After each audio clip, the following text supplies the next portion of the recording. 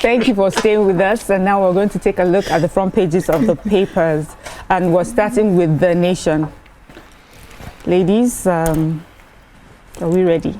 Yes, we are. The giggling? Never. We are. Okay, so the major headline in The Nation is Presidency APC slam Atiku over hunger, hardship and alarm. The ex-VP's low score for federal government out of touch with positive development. JTB OK's NINRC as tax IDs. We have inflation slides on stable economic growth, low food prices. At the top, we've got Judge returns motion by Kanu to CJ for reassignment. Dangote Refinery creates 24,000 jobs with 1,000 trucks rollout. Tinubu cuts short vacation expected back today. Why weak Qatar Bridge must be demolished by federal government. For me, I feel like that is the biggest story in the paper today. Then finally, we have Senate plenary or express court order to determine Natasha's return. Who's going first? So let me take the clerk to the National Assembly, CNA Kamoru Ogulano. He says he was responding to a correspondence from the legal reps to Senator Natasha Oduaga, who is presently still serving an extended suspension by the National Assembly. He says that as the clerk of the National Assembly, he has no rights, no powers to review, reverse or interpret Senate decisions, and that he only serves an administrative role and provides support to the Senate in accordance with their resolutions and standing orders and provisions of the Constitution, and that's all. So he was saying this after the Director of Information in the National Assembly, Bula Audu Biala, said that the threats to the National Assembly and the disciplinary action against the office of the CNA is totally misplaced. So Natasha's lawyers had written to the National Assembly to reinstate her after the suspension had expired. And so he says he's not the one to write, to threaten to sue.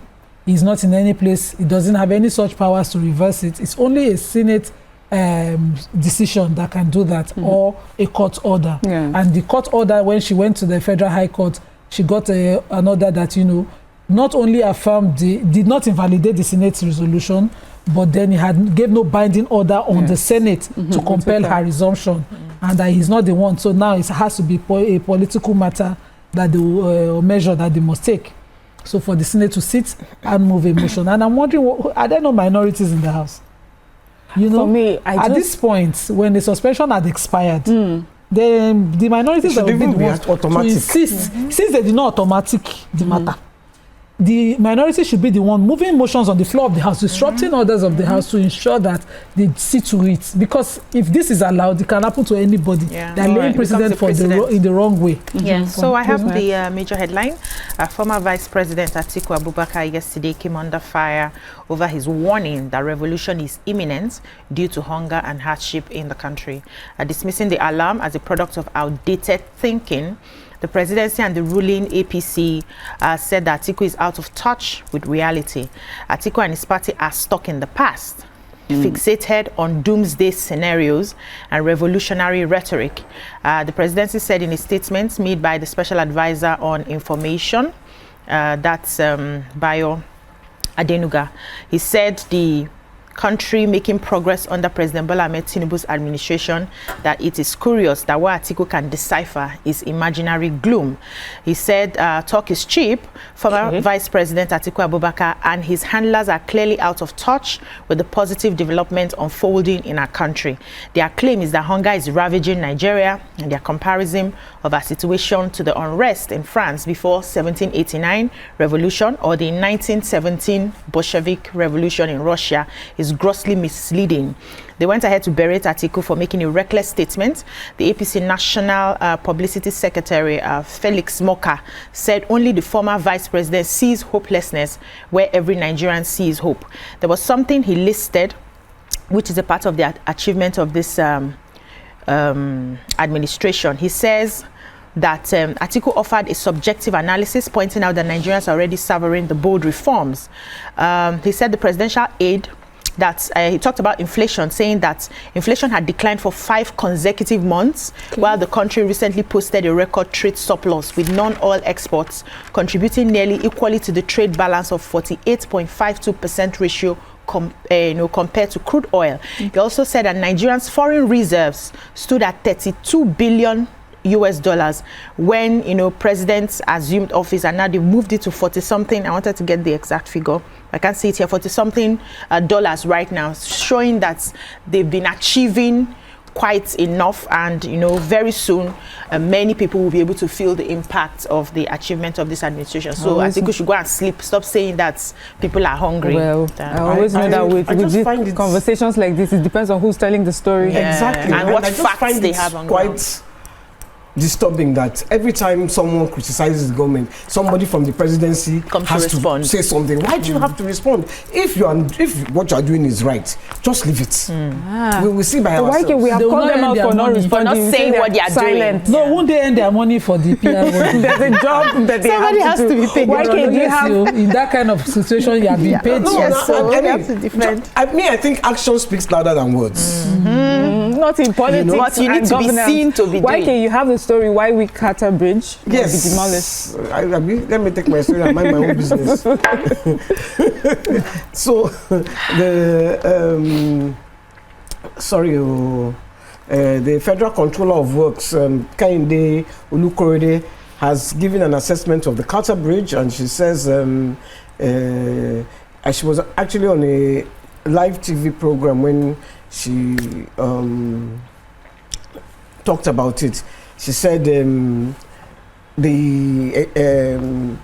bridge, that's 3 of the major links between, the bridge is one of the major links between Lagos and the mainland. Yes. And that it's the oldest bridge, but that when they carried out, what do you call it, work, they only did the surface. They didn't go underground to check the structural damage is like if you have you are treating your hips when your legs are gone. Now that is what is the structural damage with the bridge, that it's from illegal mining and dredging. Also from trailers parking on the bridge. Yeah, static load. Yeah, that's bridges are made for dynamic load, not movement. That's kind of static load. Yeah. That's engineer. So, how much are they asking? How much are they asking? They're not even asking. They're just saying that they're going to demolish the bridge. She's saying rehabilitation will cost about 3 billion naira. It's not in this story. Did you read that? Yes. Anyway, let's go on a short break. When we'll come back, we'll continue with the newspapers. Thank you for staying with us. We would like to apologize for taking your time as we experience a technical glitch. And so to make up for time, we will just quickly wrap up the newspaper review and then go straight into our hot topic. But let me just take the stories in the Punch. So we have the major headline: farmers fault federal government's order as agro imports hit 2.2 trillion naira. Dangote vows refinery won't fall to oil mafia. Southeast behind as Southwest maintains voter pre-registration lead. Nepal protests. 2 Nigerian inmates rearrested after jailbreak. Federal government suspends controversial 4% import duty levy. And then we have SANU, NASU issue strike notice over unpaid allowances. Forex inflows reserves boost naira to 1,497 to the dollar. And Tinubu Fubara end foreign trips. IBA set for handover. And finally, President fires back as Atiku warns of revolution. I would like to just take one story, the Nepal protests. Why can I have that? Yeah, 2 Nigerians who allegedly escaped from prison in the recent anti-government protests were arrested by operatives of the Sashastra Seema Bal, India's paramilitary force. Punch learned from the Press Trust of India that the suspects were apprehended at the Jayanagar in Bihar state, at the border, anyway, at the border of this Asian country. The Nigerians were among several foreign nationals who escaped during the protests. And they said 79 of them inmates of foreign nationals escaped. So that's okay. So it was not just 2 Nigerians. No, not just 2. A group of everybody else. Everybody else escaped. They are 2 Nigerians. Those Nigerians, are they Nigerians at all? What are you trying to? You finally come outside. Did you not find your way to the what's the next country? Let's not do China. The other one. Okay. Anyway, there were 79 escapees. Okay. But they were not following. So now 2 Nigerians then catch inside the 79. Okay, there might be more Nigerians, but let's just wrap up on the newspaper so we can quickly get onto our hot topic. A viral video shows a Nigerian man upset after finding that a woman he once gave 550,000 naira is back on the streets begging with her children. Critics say she wasted the money and lacked discipline, discouraging others from helping. Supporters argue that inflation, high rent, healthcare, childcare, all this make a single cash gift insufficient. And her case highlights deeper systemic poverty. Many also fault the man for filming and exposing the woman and her children, calling for long-term empowerment programs instead of one-off handouts. What are your thoughts on this? You know what, when I read this, I felt like we have discussed this topic many times. I had to even confirm that it was not the same story that we had taken once before. And in the video, you know, you see this woman, and to be honest, looking at the video, she does look like she is really in need of help. But the conversations out there, I think it really, you know, we should look at it, which is, when you give a cash gift, or one-off handouts, should that be enough? And should you feel upset if the person doesn't quite use it the way you thought? Or, you know, if you really want to help, not only do you give this handout, you also need to do like follow-up to just make sure that this person is using this gift properly. What are your thoughts, ladies? Who would like to go first? Okay. I can go first. Okay. I can go first because I watched the video. And one of the reasons why the man called her out was because he actually asked people for money. Okay. So he was able to give her the money. He asked for donations and people donated. So he felt that his own reputation was at stake. Because if they had seen her, they would think, oh, he chopped the money. You didn't give her. And he didn't give her. So he had to call her out. And she was giving excuses of her husband took the money. And he said, look, at the time, you didn't tell me anything about your husband. Ew. Now, suddenly, the husband that you didn't tell me about, like you're saying, took the money. And that, is she happy with her kids? So it just, you see, we are a very... But did you believe her story? Did you come across her? Do you think she was being honest? Okay. Personally, no. Okay. Because one day, I helped a beggar. I gave him a job. Okay. I said, look, stop begging. He was a young boy. Come and work. He didn't stay, I don't even think he stayed up to 2 months. He left. He went back to begging. Because the begging was more profitable. He was not even interested. But because he would run into me, he moved to Ibadan. Location. Okay, now. So you don't come and spoil his market. So I won't spoil his market. Do you understand? So people find it more profitable to beg. I'm not saying all beggars. There are some that if you, I have actually offered people when I see them, especially women with children, jobs. Come and work for me. You just eye me and walk away. So it's not a job that they want. It is your handouts.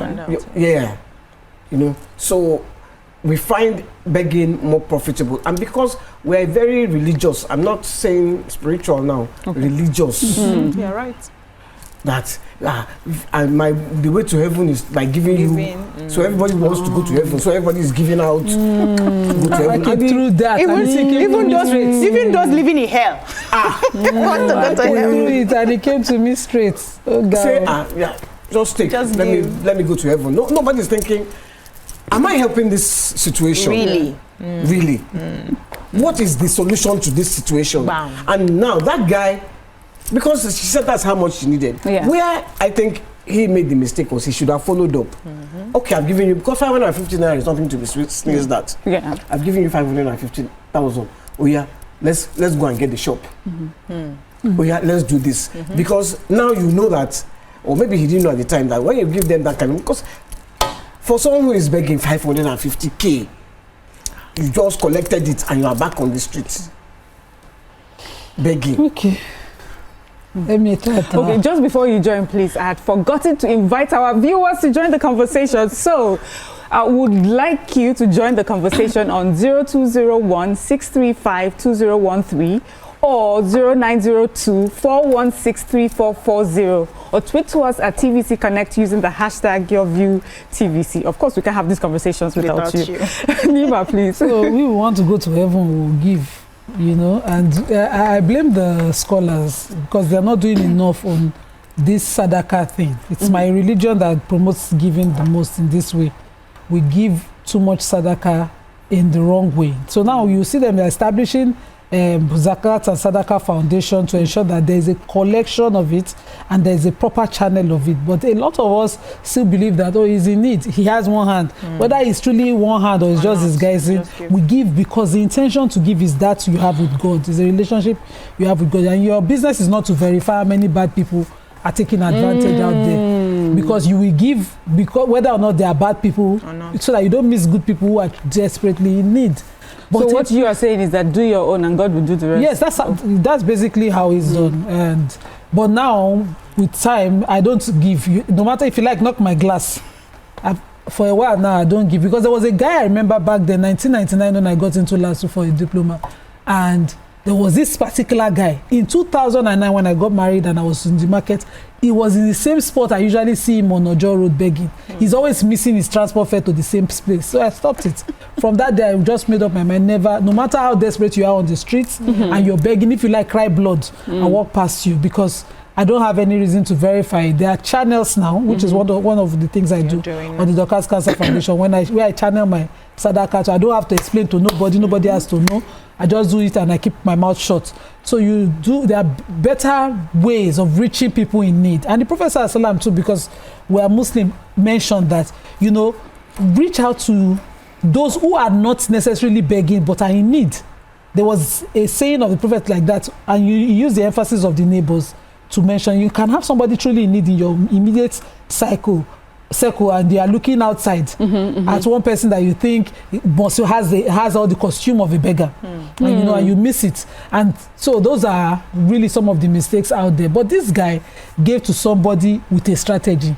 When you meet someone, as I'm sitting down here now, if you ask me how much I need, this for the next project I will mention. So she probably mentioned the one she want to give the husband he didn't know existed. Wow. Yes, because if you ask her to calculate what she needs without a proper business plan, how does she know what she needs? The business plan is a career begging. You know, begging is actually a career for some. It's a habit that will never change. You take them off, they go right back, because that's the only means of sustenance that they are used to. It's a quick cash thing. Imagine, I remember my dad used to say, if you want to go and collect your bese, don't send your children. You are teaching them. Don't send your children to beg. Don't take your children along with you when you're in need to see a friend that you know will give you, because you're actually teaching a habit in the wrong way, except you know what you want to do to explain it. But we as adults, we've seen mothers. I know mothers during COVID who were knocking on my door with 3 kids behind them, and it was a strategy. They will go to every house on the street, collect things and disappear. And so people do have, we see them on the street now, young children who are running after cars. It's their parents that put them there, training them in the habit of begging, because it's the family business they want to hand over to the child. The costuming and everything is a norm. And she mentioned 550 as if that would solve up. It was the money for the next project, for the house, or the husband's need for another thing that she mentioned. Nymat, you may be right, because I thought when she was telling this person about her husband collected the money, I didn't see the anger or the frustration on her face. She just said it like it was next okay. project. Because you may just be right. Yes, so she was defiance. My next project, I told you I needed 550. I didn't explain to you what I needed it for. I don't give person away, ask me make a collect them. That's it. Yeah. So, sorry, before you jump in, we have to go on a quick break. And when we'll come back, we'll continue with our conversation. Thank you for staying with us. We're still discussing how best to help those in need. PC, you were going to talk. Yes, so I know Nigerians are very good people. Okay. We're nice people. We have compassion, we have empathy. And, you know, most of our religion would teach us that it's good to give. Give, it shall be given unto you. Good measure, pressed down, shaken together, running over, and all of that. And we always like to help out, right? But I think it's high time we start helping properly. Okay. We start going through structures and systems so that we are sure that that help will go a long way. First of all, there's a psychology of begging. Which we do not understand, and that's why we keep having issues like this over and over again. A person who resorts to begging, it could start from a place of poverty, right? And then it goes to helplessness and hopelessness. Psychologically, that's the only way you think you can make a living. You're there processing your helplessness and hopelessness. And then it moves to, okay, entitlement. It now becomes that, these people have more than me. They must give me. You see how the thing is segueing from one form to another. Then what you have done over and over and over becomes a habit. And when it becomes a habit, I've explained this before on the show, you are wiring and firing particular neurons. Every day you do it, it's becoming you. From becoming a habit, it becomes your personality. From your personality, it then becomes your personal reality. And that's why with every form of addiction, it's very difficult to change those people except they go through proper therapy, and it takes a long time. Many people are struggling with one form of addiction for years, even those in therapy, right? So you cannot think that someone who has wired and fired this particular habit for a very long time, that your 550,000 naira will suddenly make them change their mind. It has become them, because what you do over time becomes you. So helping and just giving cash like that is not what you're supposed to do in the first place. If you really want to help, is to take that person away from there and get the person rehabilitated. But do we have the time to do that? Because everybody's facing their business, right? That's on one hand. There are other people who have used begging. So it moves from entitlement. Let me just say that's where this woman is. There are others that from that entitlement, it moves to criminality. Yeah. Let me give you instances. A few times they have caught, there's this particular story. It was in Lagos here, where this guy says every time he passes this particular road, he will drop money for this man. Well, after a few years, he was going to rent a place, 3-bedroom or something to move in. And by the time he got there, he realized that the landlord of the place was the beggar he used to dash money many years ago. So he was like, I know this man. I know, now held him. I know you. For years, anytime I pass, nobody you they stand for so and so, I always give you money. I know you. The man confessed that every money he's been collecting, he's using it to build. That was not his only house. He had houses in Lagos where he was collecting rent. It has moved now to criminality, where you feel this is now a business, like Nymat rightly said. I'm going to train my children to take up this family business and continue. That's on one hand. There's also another one where, aside from the criminality, we have people who you catch them and they confess that the money they collect from people, they exchange it, they give it to this ritualists. They tell them to bring all the money I've collected, and then they give them more money so that they can take that to get people's destiny. They've caught a couple of women in Lagos here. That's what they do. They collect money from everybody, then they exchange it. You see how do they investigate that destiny collection? We don't know about that, but that's their story. So for a man to come and give you bundles of money to collect the dirty one you've gotten from people, there's something they are gaining from that. So when we have all of this information, we cannot just be giving people money on the streets. We cannot just do that. That's not helping. That's foolishness. So like Nymat rightly said, if you want to help people, find those organizations where you know that the money will be channeled into something good. Then the government also needs to do more about getting these people off the streets. There are so many. If you go to the island, you see them. In fact, there was one story I saw recently where she refused to give, I think it was on one of these blogs, she refused to give the girl money, and the girl pushed her when a car was coming. Okay, yes. You saw that? So we cannot just be giving like that and think that they are going to all of a sudden leave their habits that they formed over the years. Yeah, so basically I hear you about having systems, and we know countries where they have the welfare system. I think that's in the United Kingdom. The United States also have, something like that. Yeah. Oh, okay, before I continue, we have a caller. Shagun, welcome to the show. Good morning. Good morning. Yes, my name is Mr. Dash from Jos. Good morning. Good morning, Dash from Jos. Good morning. I just want to give my view on this matter. You know, helping somebody is not bad, whether you're going to heaven or you're not going to heaven. But the intention of the person begging matters, whether he's wrong or right, whether he's in a condition or not. The person who helped this particular woman,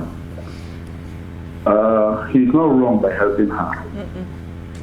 We cannot say whether he's wrong by not going to the shop, by not following up. Because probably he felt pity for the woman and he felt probably she needs a business.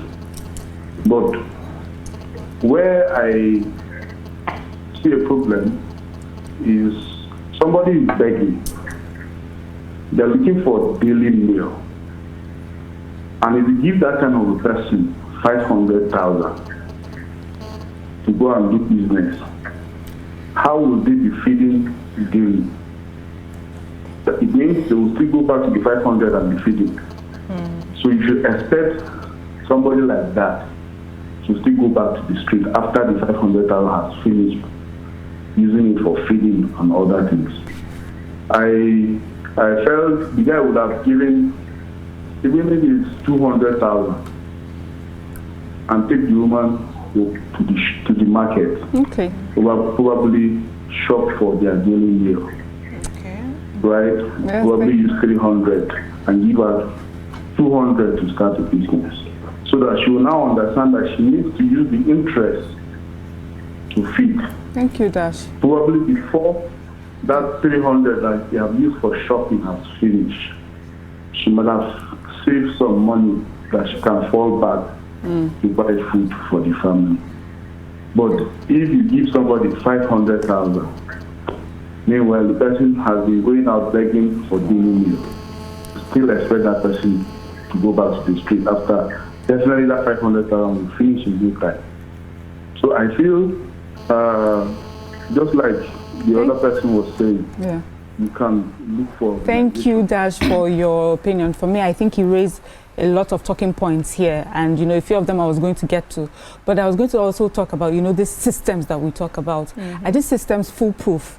Because as I mentioned earlier, there's some countries that have welfare systems, and we hear stories of how people still just continually rely on the welfare system without doing anything to drag themselves out of it. So for me, the question is, I think it's important that we understand that there are three types of, giving? There's alms giving, there's charity, and there's empowerment. Are they all the same? Don't they mean different things? And what is your responsibility as a giver when you're doing each of these giving, this form of kindness? So what should be your responsibility? I agree with you that I think that they're not the same. They're all different. So you give to charity what you want to give, and to a body, that, you know, like an orphanage and all of that.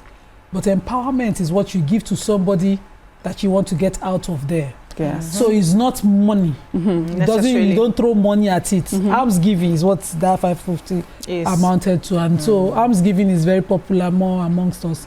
The caller and YK had mentioned that the 550 shouldn't have been given to. You want to take your call? Okay. Jalila from Kaduna. Good morning, Jalila.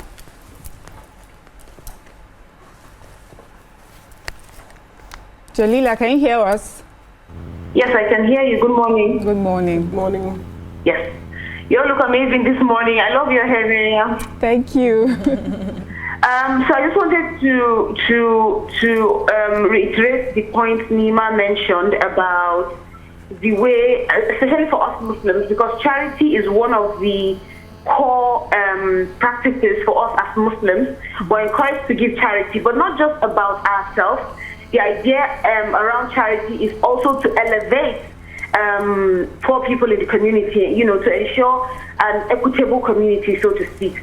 And I think the way, like Nima mentioned, the way we go about it is so wrong that it has now become like a syndicate, like a mafia, where people are so immersed in the act of begging the example BC gave about people building houses, we have so many of such in the north, where people have built houses in the north just from sitting by the roadside and begging. And there's a hadith from the Prophet ﷺ that says, it is better for you for a nail to be driven through your hand or your head, Nima might correct me, than for you to beg. Yes. And so giving charity must be to people who don't beg but are in dire need. And also, building the point Dash mentioned, I know there's a popular saying that if you give a rich person 1,000 naira, he'll turn it to 10,000 naira. If you give a poor person 1,000 naira, he'll, they'll exhaust it. What they fail to understand is the rich person doesn't have basic needs. They don't have tuition waiting waiting for them. They don't have rent waiting for them. They don't have issues of feeding, bills waiting for them. The poor person doesn't have anything. That 1,000 naira is what they are building on. And so this 550,000 naira, although it may seem huge and significant, it is significant. It is important to note that they are starting from scratch. Like Dash mentioned, they need food, they need shelter, they need all of these things. And then she has to do next project for her husband as well. So all of these things matter when giving charity. And we definitely need to go through proper channels. But I also see how we forget our family members, our friends, our neighbors are in need, and we jump straight to the next stranger we see on the street. And sometimes it's so performative. It's so performative because we want to do social media, want to show we're doing charity, we're good people, yada. When there's charity needed right in our backyard, we're not giving. Look in our families, who is the uncle, aunt, nephew, niece that needs, and give to them.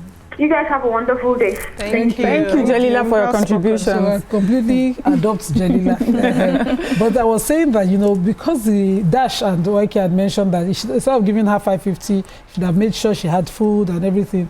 I have seen where politicians do empowerment program. They give keke and a pep generator. They did not leave the place. As in, the people did not leave the place where they started auctioning the things. for sale. So they convert it to cash and move out. But they come in with, I have seen it, not be say, I saw it. There was a person that, one of these politicians in Ajeromi gave air products and all those dryer and all of that. In my very before, the person so the whole thing went like that.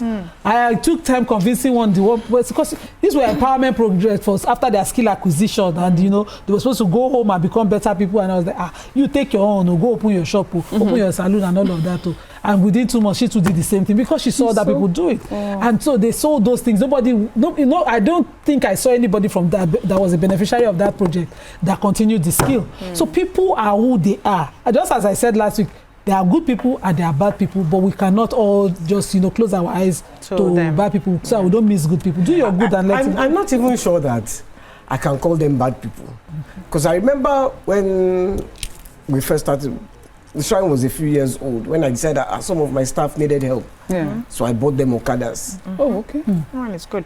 So that they could, not to ride, but to use this as business. Okay. My dear, I didn't close my eyes. The first one sold his Okada. I had not closed my eyes. Bang. The next one, I didn't hear, the other one started the business and, has excelled in the business. The other one just sold it and blew the money. But do we blame YK for just thinking she could just hand over bikes and then just assuage her guilt or whatever whatever it is? I'm a good person, I'm a kind person. You see, I gave them bikes. I'm such a good person. I raised 550,000 I gave this woman. Now God will bless me. So have we not created this business as well because of the way we decide to give? I agree with you. We have created it, sometimes ignorantly.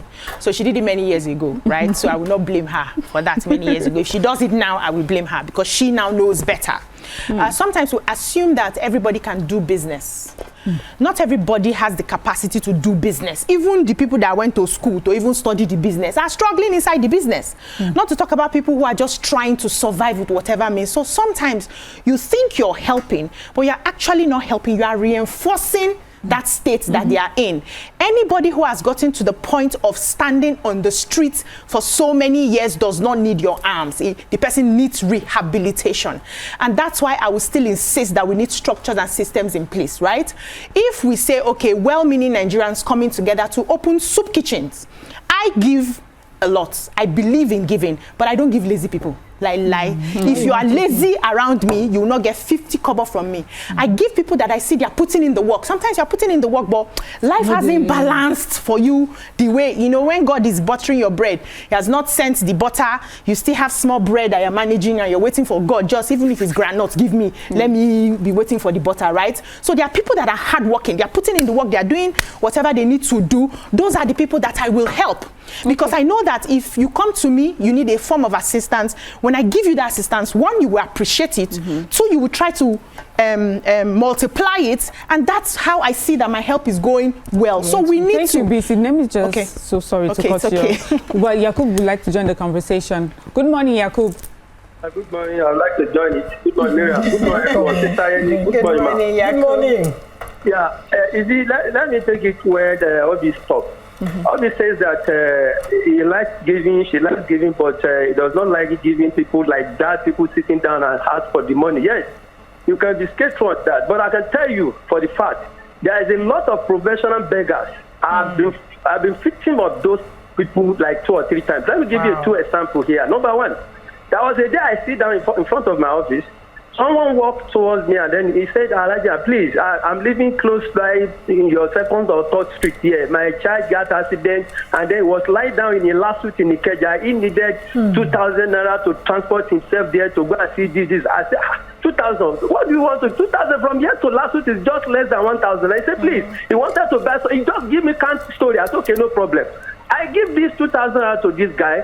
And then I had it in mind that I've dashed the money out. But he was telling me that he's living close by me. And then when he come back, he was going to bring the money back. But me, I've already scheduled my mind that I'm giving the money out, and then I'm not going to collect it. If you bring it back, believe me, you, after like 5 minutes, I have something to pick at bus stop. When I'm walking towards the bus stop, I saw the same man drinking the beer that actually I would never use my money to buy for someone. That he used my money to go and buy beer and then was chopping chicken. And I looked, I said, wow. He said, okay, go and carry my phone or speaker and I'll allow it that you are the one giving me money. Imagine that. The second one is this. He walked towards me, he parked a car, Toyota Camry. He now walked towards me. He said, please, I'm going to Akuda.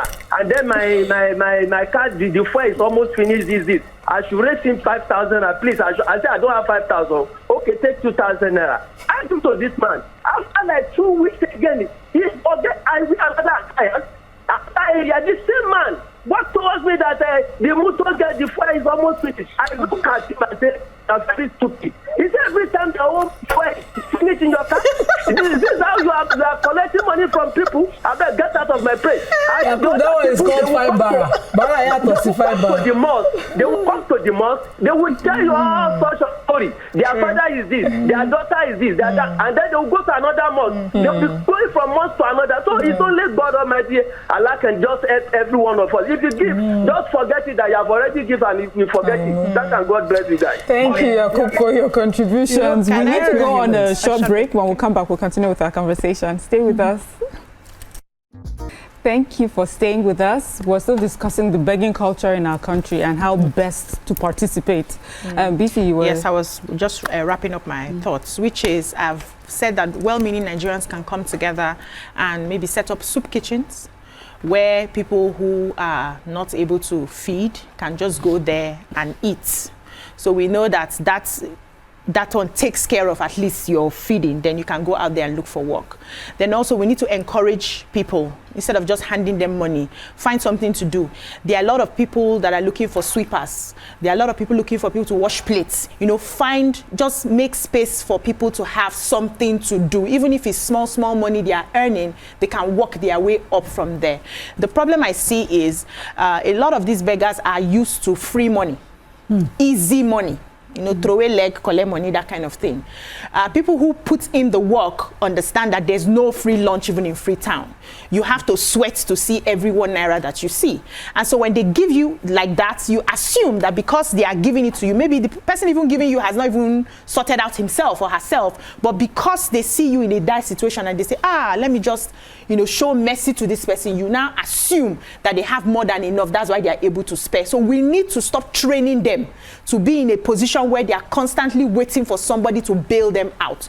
I personally, if you like, wear suits, wear coat. Unfortunately, there are people who may be genuine who would actually have those issues, but because of the way Nigerians are bastardized, if you like, wear suits, wear coats, wear tie, I don't give like that. We also need to apply discerning spirit. Sometimes you are not moved to give, but because you are used to just handing it out, you hand it out and it doesn't get you anywhere. Sometimes people come for something. Before you finish saying what you are saying, my spirit has told me whether I should say yes or no. Let's also apply that. That may also help. But for those people standing on the streets, first of all, right? Let's find a way to get them out of there. They don't need those handouts. They need to be rehabilitated and put into something else. Thank you. We have a call from Port Harcourt for Larunshaw. Good morning, Folarunshaw. Yeah, good morning, ladies. Good morning. Good morning. Very a wonderful job there. God continue helping all of you. Thank you. I greet BC, Nymat, and thank you. Great to you. Now, my contribution is this. First of all, on that woman that gives 550,000.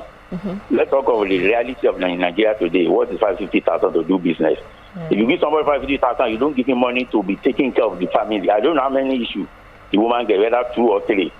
Before you know it, that money will go. If you do somebody exactly for business, you must give him money to be spending to take care of the family, for eating, for feeding, and something like that. Not to be hitting there and do business. Before you know, the money will finish. And maybe the woman know that. So I don't have anything again. Secondly, on the giving arms, it's very, very important. Nymat said something that he gives intention. That intention you to give money is matter most. Because if you don't give money, you too are denying yourself a blessing. That's what I want us to know. In Islamic context of you, if you give out before that money reaches that beggar, that's reached Almighty Allah, and give your reward. Keeping it for you forever, and we are going to meet also thereafter. So if you look the attitude of people today, you will not do it. Almighty Allah mandates us to be doing it. And when you look at the attitude of people because they don't want to do it, you also are denying yourself.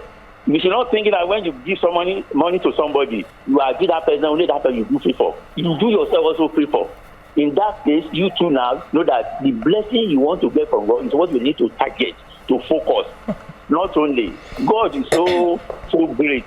Anytime, what of tomorrow now? Anything can happen. Whether you are a corporate beggar or whatever, you may be doing business. Your business going down somewhere. You approach your friend. Please, so help me. This thing goes. Some friend will bring out you money, do everything. It's part of what we are talking about. Tomorrow, if God not give you opportunity, do it. Let us know that Almighty Allah can change anything at any time. The beggar today, I understand those things, they are there permanently. You just be pray to God. God, I don't want to be among those who will be begging. No matter, God, don't remove me from those who will be giving at all time. And God will continue protecting us. Thank you. Thank you for Larunshaw for your contributions. YK? I was going to, you know, when Yakub said, talked about the people that came to meet him, and he gave them out of the goodness of his heart. So now there are some people who genuinely need that help. They genuinely need transport. Maybe they were robbed. Yes. They genuinely need. What has happened is they have created a problem for the genuine people because now you don't trust anybody. Now anybody comes with you on the street, because I've given people like that who need transport, and like Yakub said, they met him at the beer parlor. The next time someone comes that genuinely needs help, he will not answer. And so they have spoiled. Sad reality. Obiadulu says have a discerning spirit, have a discerning. What if your spirit does not discern right that day? Because it's not every time spirit will give you the right. I live with it. Answer. You know, so I totally agree with Obiadulu about soup kitchens. Yes. So that if you are hungry and you come and meet me, I'm hungry. If you go to They'll give you food. Alakbare bus stop. You can even sleep there. There's food. Food, yeah. You know, so I agree totally with that kind of thing. So the governments, remember I didn't say governments, that is state governments, need to start to provide welfare for people who genuinely need help. You know, so that, and then remove the beggars from the street, because like that Lekki axis, the kids. Oh no. Are you saying And what's pushing people to you know what's last in Sherry Road? What's it concern? What's it Okay, stop saying only Lekki. Now the one where she know now. All over the place. I did now where are the pass? We don't get there for Alabule. So only area boys. Which makes which for me I think those are another. They are in another league of their own. But it's not just in Lagos. It's in many other states as well. And growing up in the north, for me, I remember that it was just what we were brought up to do. You see someone that needs help, you give them money. I will never forget, you know, growing up in my grandmom's house, before you get to the junction, they're just first thing in the morning, beggars lined up. And she would give us extra money so that when we're passing by, we'll drop it in their plates. Wow. And they were there every time. So we knew that this was just what they did. But we were told that it was a good thing to do and gave us blessings. So fast forward, I moved to Lagos, I'm working, and then I see this young little boy with a tray on his head. He was crying, obviously distraught. And I asked him what happened. He said, what they said to me, everything is gone. And I took out quite a sum and I gave it to him. And I turned around, people were actually laughing at me. They said, they have scammed you. Oh. You know, a part of me wanted to be upset, but I just thought, you know, I gave, and go ahead, whatever happens, happens. I've just done my part. I feel like I've helped a child. And I remember saying in my head that I will not think otherwise, that this person didn't need my help. And I've also used that story, you know, with my husband, because when I first met him, I noticed he doesn't give alms as much. And I feel like that's a Lagos attitude where everybody's out to scam them. But something has happened. He gives more alms than I do now. Now I'm suspicious of everyone. Meanwhile, he's turned around to be better. So, you know, I hear us when we say, when people constantly scam us, we get frustrated or we don't want to do anything. But there are these videos that we see of people, especially abroad, where they stop, you know, by a table and ask you, where do you live? And then they hand a person money and the person is falling on the floor crying. I really needed money for my semester and I didn't have anything. Or you hear, oh, my parents live in Nigeria, I haven't seen them in years, this will allow me to see. Doesn't that also encourage us to want to do more? Yes, even that can be abuse. Yes, you know, so YK was the one that got us to where we need to be, because as a society, somebody must now regulate and manage our affairs. This begging of a thing is beyond the state government, particularly, or local government, just, you know, kicking beggars off the street. They have to now tackle poverty. In our own place, our social welfare of, you know, giving 5,000 to something within a range of something people is the only way that we've been publicly used to. But there are several things that they must ensure, including criminalizing begging after these measures have been put in place. Yes. You must put in measures in place first and arrest every mother that sits on the junction with 4 or 5 children, including baby on the head, dangling the head just to get people's sympathy because of those abuses. Because those children has been exploited, Miriam. One is the exploitation of those children. Those children are not in schools when they should be.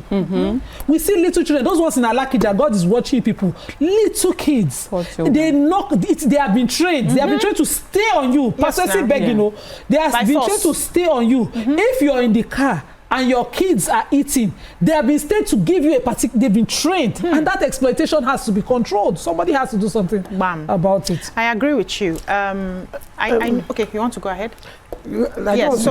So I know that, you know, religion is also one of our major problems. I'm sorry I said it. You know, sometimes because of the goal of looking beyond, we never finish this life, we are looking to the next life.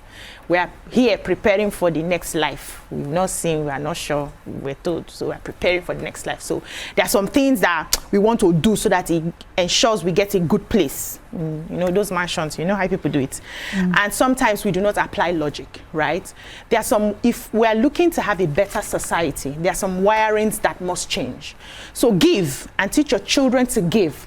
But teach them, give right, and teach them how to give right. So if, for instance, I'm giving just maybe charity, I'm supporting in the soup kitchens, and I see people walking on the street begging with their children and I turn away, it doesn't mean I'm going to go to hell. I've just decided that my give, is going to be structured and this is how I see fit, right? It doesn't mean I am that you get a moving from the Holy Ghost. No, you know they move me for those people where they knock my door for traffic, those children. I used to before, but I just realized that this was a habit and we all have to work together to stop it, right?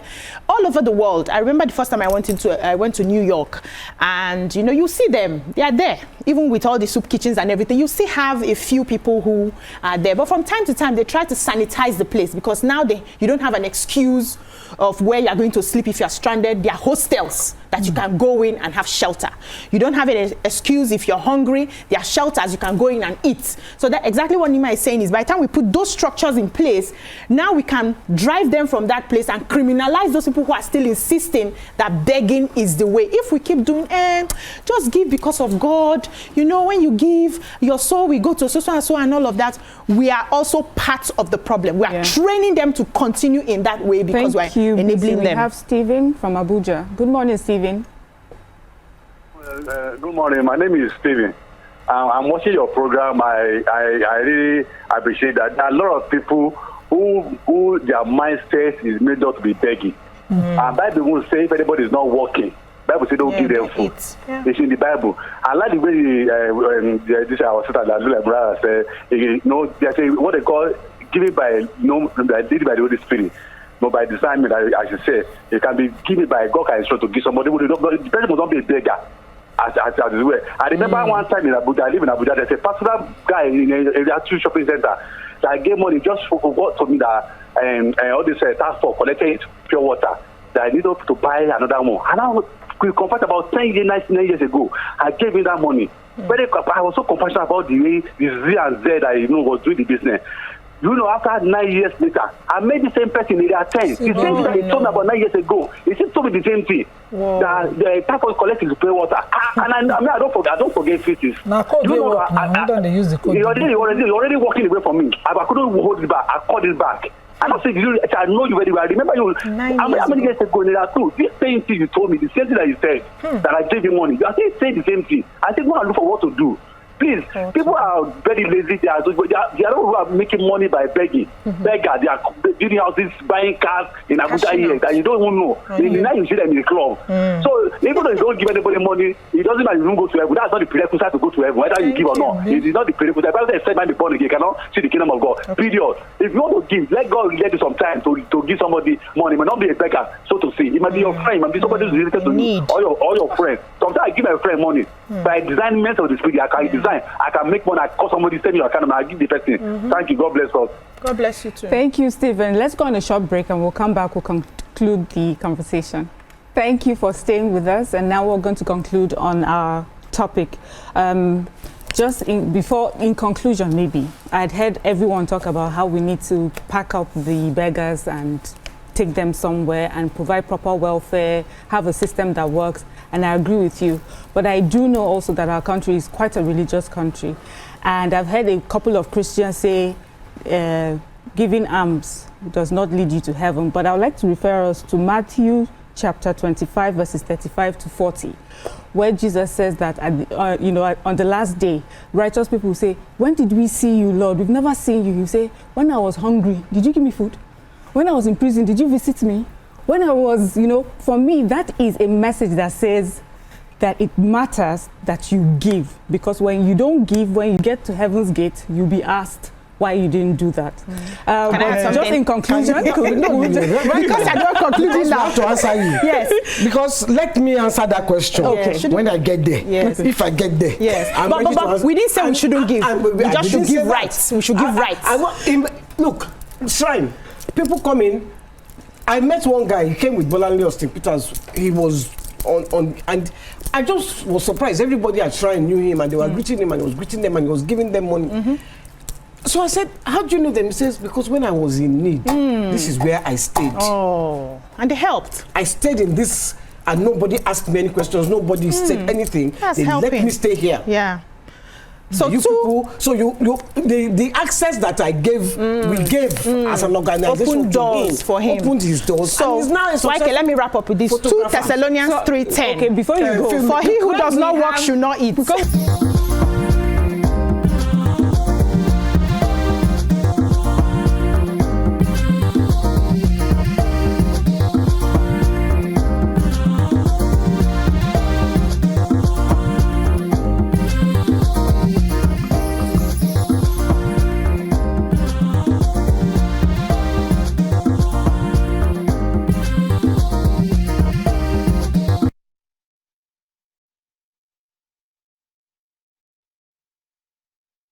We have, on our table, so that people are not wondering who's joined us. Professor Adeshe Akinshete will be joining us for our Let's Talk topic. So, 2 Thessalonians 3:10. For he who does not work should not eat. So it doesn't say don't give, but give right. And give to people who can work so that they can multiply it. Read they it can again. eat. 2 Thessalonians 3:10. Thank you. do you have any closing remarks? Begging I work. It's easy to start that song. Now you know try. It's okay. I have no closing remarks. I have said that government must do something about this. True. They must create the social welfare. They must create free education to get little kids off the streets, these exploiters, and put them in schools where they are safe. They must do much. They must create rehabilitation homes. Take people and put them in the right places and criminalize this sort of exploitative begging that we see on our streets. It's not healthy.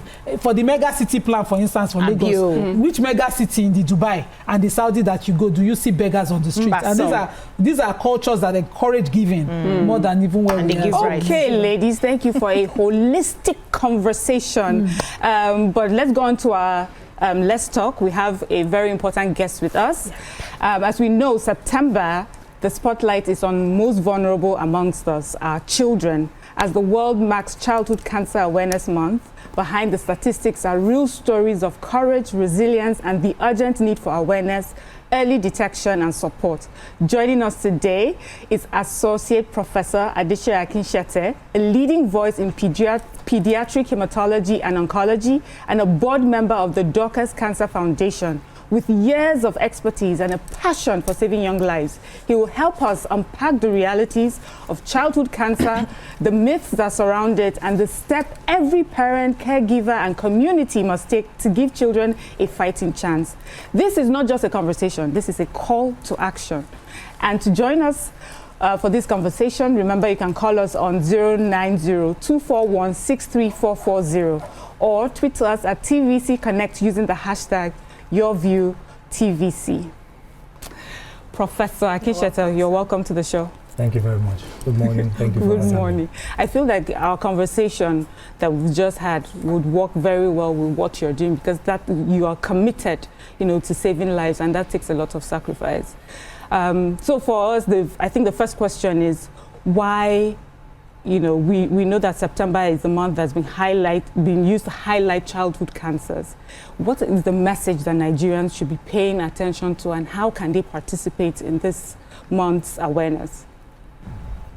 So thank you very much for having me once again. And so September, basically, I think that what has occurred is that there has been a trust and a shift in paradigm that historically, we never gave any form of attention to childhood cancers.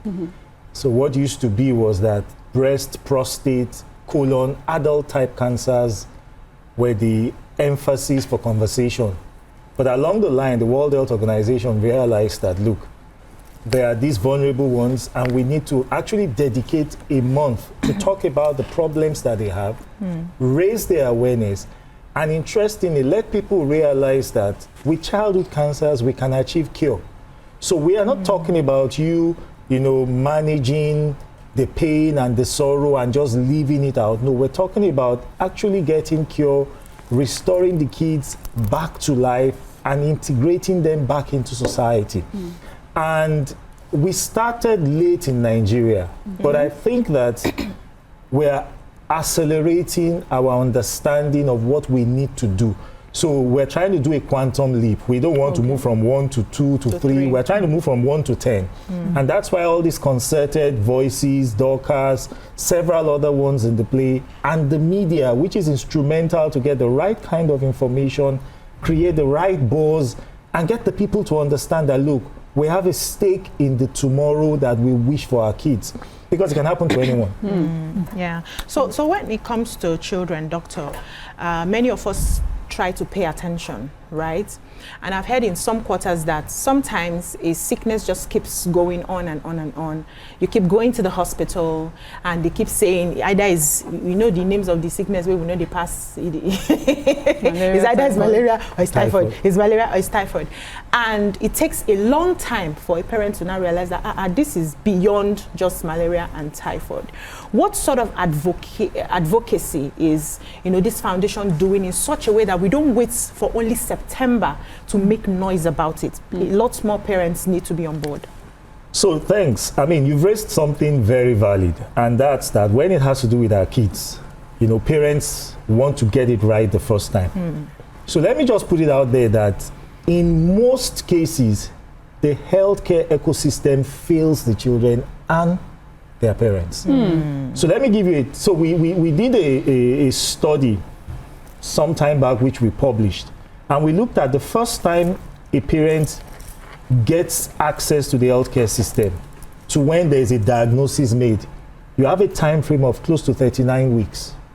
39 weeks means that they keep going from one hospital to the other, from one healthcare provider to the other, and nobody takes a step back to say, look, I've been treating this child for this. This mom comes in all the time. What's wrong? So it takes them 39 weeks before they actually then get to a place where that child needs to get the right care. And by then it's far advanced. So predominantly, the narrative used to be, oh, the parents don't come on time. We've told people change that narrative. That's not true. We have failed to make the right diagnosis. You said it, malaria and typhoid. And what it just means is just an intellectual laziness. That's one. The second bit is that when people play God, you should know the limits of what, I mean, if I see a child the first time, I see it the second time, I should take a step back and in all humility say, so madam, I don't think something is right here. Maybe you should go to this place. But unfortunately, you see, we're a community of hungry people.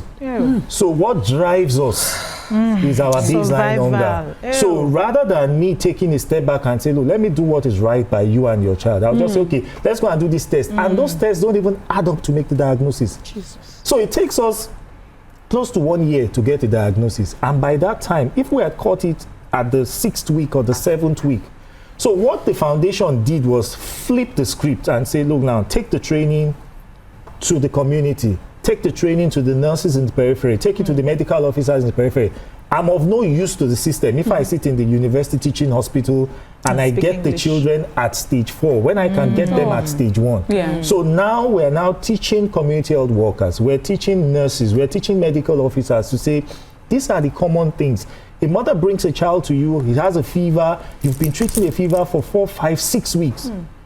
Get them to see somebody else. Don't need to do, oh, I'm doing primary health care to general hospital. Send them to the teaching hospital. We have details where you have a child who has never had a blood transfusion, and in the space of 5, 6 weeks, you've had 1 blood transfusion, the second one, this child is having headaches.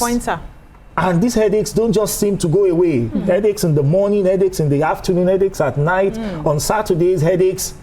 Get them to go to somewhere else. One of the common ones, power goes off and the child's eye is just shining in the dark. Get them to go somewhere. So it's a whole new game we're playing. But what we know is that we need to be community responsive so that what you've said, we can then quickly approximate it. We don't want to be dealing in silos because our healthcare system, unfortunately, is fragmented into silos, and we're all very proud and arrogant people. I mean, I understand this is that's what we are. From what I hear you say, Doc, if symptoms persist after a few days, consult your doctor, another doctor, or a more advanced hospital.